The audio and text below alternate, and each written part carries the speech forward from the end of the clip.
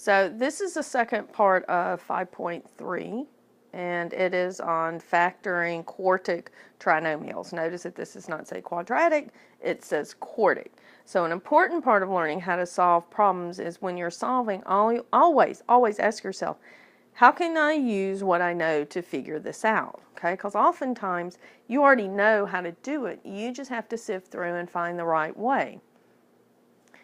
Let's look at this one. If you had x to the fourth plus 3x squared plus 2 equals 0, and you could think to yourself, how can I make it look like x squared plus 3x plus 2?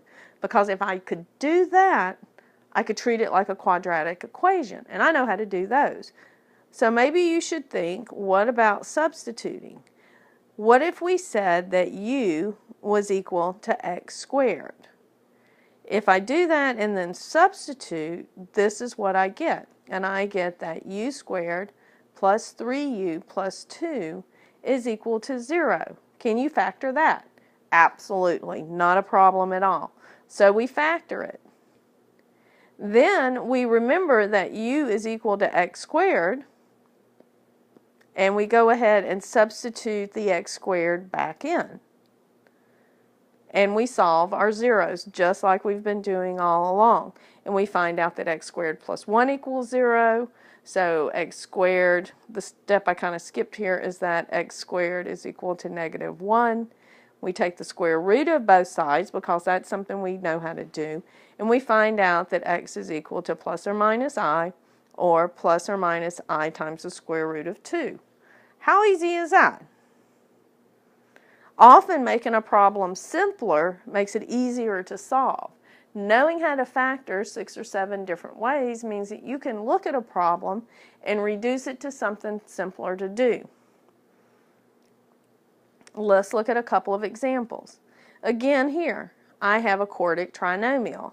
I substitute u in for x squared, and then I can rewrite it, I can factor it, I substitute back in, and I solve it. Simple as can be. Another thing that's important to know with the difference of cubes or quartic equations is as important to know when not to use something or when to use something. Here's an example of where we're using something we did previously. We can look and see that there's kind of a pattern going on here, right? And we can factor out an x squared and a 5 here. When we do that, we use the factor by grouping. And we can simply factor out. We factor out the x plus 2 because that's in common. And then whatever's left becomes our remaining factor. Once we do that, again, we use the zero property rule and simply solve the equations. Okay, so at the end of this is the end of the section on 5.3 where we've used the sum and difference of cubes.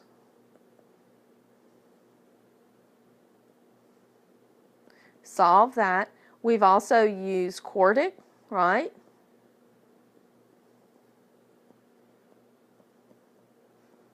And then we've used factor by grouping.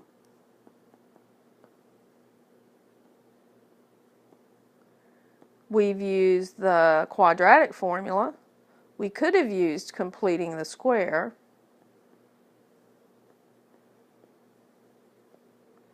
And we've also used solving by square roots. So these are just a few examples to show you the different ways that you now know how to factor and solve equations. What I want you to do is to go back to the homework assignment for 5.3 and complete the rest of the problems.